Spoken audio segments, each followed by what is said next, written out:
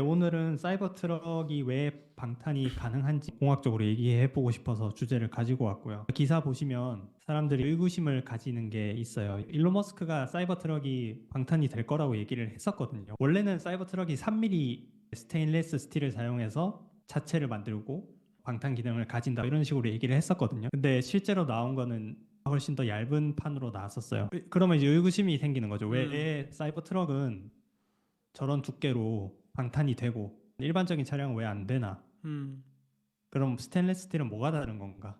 원래 사이버 트럭이 굉장히 대중의 관심이 높아진 이유가 모든 차체의 외골격을 스테인리스 스틸로 만들었다는 거죠. 근데 그 스테인리스 스틸이 자동차에 쓰이는 게 쉽지 않은 일이고 더군다나 처음에 계획됐던 이 3mm 두께로 만들어진다는 거는 굉장히 어려운 일이었을 거입니다. 두께가 방탄의 능력을 좌우하는 건데 음, 원래 예정대로 3mm로 만들었다면 훨씬 더 능력이 좋았겠죠. 무게의 문제도 있고 제조에 대한 문제도 있고 그렇죠. 그래서 결국엔 타협을 해서 더 얇은 판을 썼던 것으로 보입니다. 무게가 무거우면 일단 주행거리에 치명적인 약점이 될 거고 차체에 이런 굴곡 같은 거를 만들기 위한 공정 기술이 적용하는데 두께가 거의 2배가 되면은 이렇게 굽히는 것도 굉장히 어려울 테니까 아마 어쩔 수 없이 두께를 감소시킨 것 같은데 이런 이슈가 있었네요. 네, 그래서 알아볼 얘기는 뭐냐 하면 그럼 일반 차들을 어떤 재료로 만들길래 방탄 기능이 없는 거고 왜 스테인리스 스틸로 만들면 그게 방탄 기능이 생기는지를 좀 알아보려고 합니다. AI 서비스가 아래와 같이 답변을 해줬네요. 일단 강철, 알루미늄, 플라스틱, 그다음에 컴포짓 매테리얼스라고 하는 복합 소재. 강철 같은 경우는 강도와 내구성이 우수하고 가공성이 좋다라고 해서 일단 첫 번째로 나왔고요. 알루미늄 같은 경우도 내식성과 내구성도 좋고 또 무게에 대한 이점도 있어서 점차 사용이 늘고 있다고 하고요. 그다음 무엇보다도 이제 가벼우니까 연비 개선에 좋다라는 얘기를 하고 있습니다. 근데 여기에는 역시 스테인리스는 언급되지 않네요. 아무래도 흔한 소재는 아닌가 봐요. 원래 차량 설계에 썼던 게 아니고요. 먼저 프레임 같은 경우는 강철로 만든다고 하더라고요. 물론 그렇죠. 강철의 종류에 따라서 얼마나 더 튼튼하냐는 달라지겠지만 그리고 저희가 궁금한 문의 바깥 부분은 강철로 만드는 차량도 있고 알루미늄으로 바뀌어가는 추세도 있고 저희가 질문해 볼 수 있는 점은 얼마나 얇게 만들길래 혹은 얼마나 두껍게 만들어야 알루미늄과 강철도 방탄 성능을 가지고 얼마 아래로는 방탄 성능을 못 가지냐 좀 궁금할 수 있잖아요. 그래서 저희가 질문해 볼 거는 일반 차량에서 아웃도어 또는 후드를 만들 때 두께가 어떻게 되는지를 한번 물어보도록 할게요. 네, 지금 윤쌤의 답변이 나왔는데요. 일반 차량의 외부 패널과 후드에 사용되는 강철 및 알루미늄 두께는 대략적으로 강철인 경우 0.7에서 0.9 정도의 두께로 나온다고 얘기가 되어 있고 고강도 강 같은 경우는 아무래도 조금 가공하는 측면에서 어려움이 있을 수 있으니까 0.6 정도의 얇은 두께로 제작 가능하다라고 되어 있고요. 알루미늄 같은 경우는 강철보다는 조금 자유도가 높을 수 있기 때문에 조금 더 두꺼운 1mm에서 1.5mm 정도로 제작되는 것이 일반적이라는 얘기를 하고 있네요. 후드 같은 경우는 강성 후드냐 뭐 아니면 경량화를 위한 알루미늄 후드냐에 따라 다르겠지만 역시 0.8에서 한 2mm 정도의 두께로 제작되어 있는 것을 확인해 볼 수가 있었습니다. 그래서 보시면은 결국은 최대 두꺼워봤자 2mm가 최대잖아요. 물론 맞습니다. 차종마다 제작사마다 다르긴 하겠지만 그래서 준비한 논문을 보면 이러한 두께에서 과연 9mm 탄환을 막아낼 수 있는지 그거를 좀 알아보려고 합니다. 좋습니다. 그럼 우리 같이 한번 논문을 보도록 하죠. 네, 그래서 저희가 지금 논문을 하나 갖고 왔는데 이 알루미늄 타겟에다가 9mm짜리 권총 다양한 거리에서 쐈을 때 그 구멍이 어떻게 만들어져 있는지를 실험적으로 이제 규명한 논문이 되겠습니다. 이거 쭉쭉 내려보니까 어떤 사진이 있냐면은 여기 이 알루미늄 판에다가 실제로 다양한 거리 뭐 15m, 30m, 20m 뭐 이런 식으로 해서 빵빵빵빵 쐈을 때 이게 처음 도입한 부분과 이제 나간 부분, 그러니까 전면 부분과 후면 부분을 지금 보여준 거죠. 제가 대충 지금 읽어보니까 여기서 사용된 두께가 4mm라고 되어 있습니다. 우리가 아까 얘기했었던 1.7에서 2mm보다 훨씬 두꺼운 알루미늄 판임에도 불구하고 15m, 20m, 30m, 35m에서 총을 쐈을 때 이 정도의 구멍을 뚫린다. 즉 방탄 효과는 거의 없는 거다라는 결론을 우리가 이 논문을 통해서 알 수 있겠네요. 그래서 알루미늄은 4mm 두께에 뚫린다는 걸 저희가 확인을 했고, 그 다음에 볼 수 있는 거는 강철이잖아요. 9mm 탄환으로 실제로 쐈을 때 어떻게 변형이 일어나는지, 어떤 두께에서 뚫리는지를 시뮬레이션으로 돌려본 논문이에요. 보통 일반적으로 많이 쓰는 저 풀메탈 자켓을 이런 식으로 모델링은 한 거죠. 결론적으로 물론 실험 논문은 아니지만 시뮬레이션을 해봤을 때 9mm 탄환을 피스톨에 놓고 쐈을 때 철판이 2mm에선 뚫리고 3mm부터는 저렇게 덴트가 나면서 실제로 뚫리지는 않고 그렇죠. 변형만 일어나는 걸 볼 수가 있었습니다. 이렇게 딱 보이네요. 이제 전면부, 그러니까 총을 쏘는 그 마주 보는 그 판이 프론트 페이스고 뒤 페이스가 이제 백 페이스가 되는 건데 지금 2mm일 때는 확실하게 구멍이 나 있는데 3mm 때부터는 덴트만 나 있지 딱히 뭐가 있진 않네요. 4mm도 마찬가지고요. 그렇죠?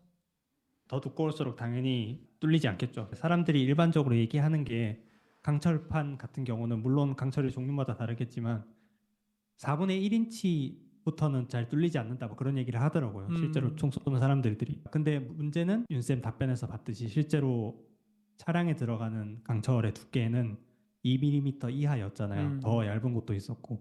그래서 결론적으로는 그렇게 강철판을 만들면 뚫릴 수밖에 없다. 알루미늄은 더 쉽게 뚫린다라는 게 결론인 거죠.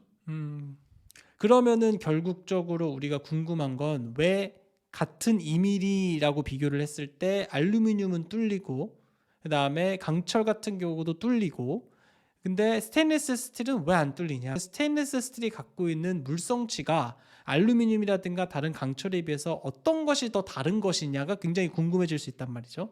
그래서 한번 이거를 정리를 좀 해보도록 하겠습니다. 그래서 지금 AI의 결과가 나왔는데요. 알루미늄, 강철, 스테인리스 스틸의 기계적 물성치를 비교해 준다고 했어요. 먼저 본 탄성 한계는 알루미늄이 한 10에서 한 80, 그다음에 강철이 200, 그다음에 스테인리스 스틸도 한 200 정도 되는 거 보니까 확실히 알루미늄이 잘 구부러지는 정확하게 탄성 계수가 좀 낮은 것을 보여주고 있고 일스트렝스 같은 경우도 물론 합금 종류에 따라서 다르다고는 나와 있지만 알루미늄이 한 500 정도까지 근데 강철이나 스테인리스 스틸은 1000을 훨씬 넘는 그 정도 값을 보여주는 걸로 봐서 알루미늄이 좀 낮은 것 같고요. AI 답변으로 요약할 수 있는 거는 알루미늄이 일단 강철이나 스테인리스 스틸보다는 훨씬 더 무른 재료라고 하는 것을 우리가 이해할 수가 있을 것 같습니다. 그렇지만 우리는 지금 강철과 스테인리스 스틸을 좀 비교해야 되기 때문에요. 여기 저희가 사이트를 하나 봤거든요. 여기서 우리가 주목해야 되는 거는 일롱게이션입니다. 이 재료가 당겨지면서 파괴가 될 때까지 견딜 수 있는 그 변형량을 나타내는 겁니다. 이 변형량이 크면 클수록 이 아이는 좀 더 질기다라고 할 수가 있는 거죠. 쉽게 예를 들면은 도자기 같은 경우는 굉장히 단단하지만 금방 깨지니까 이 일롱게이션은 굉장히 작을 수밖에 없는 거고요. 고무줄 같은 거는 굉장히 잘 늘어나지만 끊어지는 데까지는 굉장히 많은 퍼센트로 늘어날 수 있기 때문에 인장량은 더 긴 걸 확인할 수가 있죠. 그렇다면은 얘가 견딜 수 있는 힘과 늘어날 수 있는 길이의 곱 어떤 이 두 가지가 모두 총알을 쐈을 때 견딜 수 있는 그런 물성치랑 연관이 되겠는데요. 즉 스테인리스 스틸이 확실히 카본 스틸에 비해서 한 2배 정도 높은 일롱게이션 값을 갖고 있네요. 즉 어떤 충격을 받았을 때 좀 더 잘 견딜 수 있다. 2mm 정도가 되는 강철은 총알에 의해서 이제 구멍이 날 수 있지만 스테인리스 스틸 같은 거는 좀 더 강하게 견딜 수 있겠다라는 결론까지 논문과 자료를 통해 확인할 수가 있었을 것 같습니다. 방탄이 된다는 얘기를 했었잖아요. 네. 네, 그 방탄이 되는 이유가 동시에 사이버 트럭이 만들기 어렵다는 걸 얘기를 해버린 셈이 돼버렸잖아요. 네. 어떤 기계적인 물성치 때문에. 그래서 기사에서도 포인트를 잡고 있듯이 사이버 트럭이 실제로 대량 생산까지 상당히 시간이 오래 걸리고 있다고 얘기를 해요. 물론 배터리 문제도 있을 수 있고 다른 어떤 소프트웨어적인 문제도 있을 수 있지만 들어가는 스테인리스 스틸이 가공이 어렵기 때문에 만들어낼 수 있는 물량이 적을 수도 있고 비용도 올라가고 그리고 1.8mm 정도 되는 두께로 만들면 거기서 따라오는 무게도 엄청 클 거고 여러 가지 이슈들이 있어요. 부식에 대한 저항성을 가지고 있다는 좋은 점도 있고 방탄에 대한 것도 있지만 가공이 어렵고 문제가 뭐냐면 일반적으로 차량의 후드를 만들거나 본넷을 만들 때 얇게 만들거나 디자인을 곡선으로 만드는 이유가 뭐냐면 혹시나 사람이 부딪혔을 때 사람이 충격을 덜 받게끔 차가 흡수를 할 수 있게끔 만드는 그런 디자인적인 목적도 있거든요. 근데 사이버 트럭에 들어가는 앞에 모양이나 재료 스테인리스 스틸 같은 걸 보면 사람이 만약에 부딪히게 되면 엄청나게 큰 상해를 입을 가능성이 높다.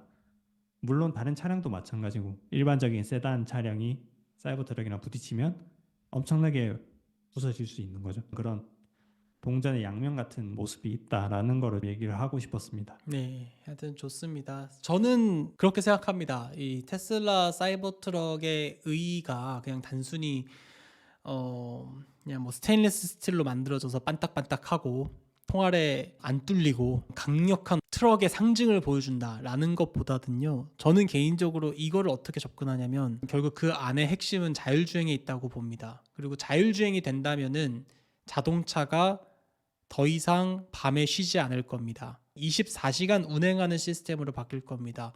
그럼 차가 24시간 동안 계속 밖에서 운행을 하다 보면은 적절한 메인테넌스가 당연히 필요하겠지만, 저는 강력한 내식성이라든가 부식 방지가 되는 이러한 성능들이 지금의 차에서 필요되는 기준과 요구보다도 더 필요해질 거고 더 높은 기준이 적용될 수 있을 거라고 생각을 하거든요. 테슬라의 큰 장기적인 비전과 연관이 돼 있지 않을까라는 생각을 하고 있고요. 또 앨런 머스크가 스페이스X 같은 걸 통해서 스테인리스를 또 조달을 하니까 그런 부분에 있어서 물류체인적인 측면에서 이점을 좀 보려고 하는 것도 있을 것 같고요. 혹시 박사님께서는 어떻게 생각하세요? 제가 생각했을 때는 구조 자체도 기존의 차량 같은 경우에는 프레임을 쓰고 그다음에 외부에 쉘을 더 떼서 마감을 하는 방식을 썼었는데 테슬라의 사이버 트럭 같은 경우는 엑소스켈레톤이라고 차량의 외부 자체가 뼈대가 되는 형상이잖아요. 네. 마치 풍뎅이처럼. 그런 어떤 스타일의 변화도 앞으로 차의 어떤 디자인에 있어서 변화를 가져올 수 있지 않을까. 좀 더 넓은 실내 디자인을 가질 수도 있고. 프레임이 있는 이유는 바깥에 있는 재료가 약한 것을 보완해주기 위한 건데, 갑각류처럼 굉장히 두껍고 강한 재료로 외부를 감싸게 되면은 안에는 공간이 늘어나니까 배터리도 더 많이 실을 수가 있게 되고, 사람들은 조금 더 그 안에서 컨텐츠를 즐기기 위한 최적화 환경이 제공이 될 수가 있는 것이고요. 그리고 분명히 어느 순간 오히려 이런 부분이 한번 개선이 되면은 역설적으로 쉬워질 수도 있다고 좀 보거든요. 저는 굉장히 앞으로의 비전은 높다라고 보는 입장입니다. 물론 힘든 건 사실이겠죠. 스테인리스 스틸로 뭔가 구조를 만드는 것이 쉬운 일은 아닐 테니까요. 하여튼 너무 재밌는 얘기였습니다, 박사님. 다음에 또 네. 재밌는 얘기로 한번 나눠보면 좋을 것 같습니다. 다음 시간에 뵙도록 하겠습니다. 고맙습니다.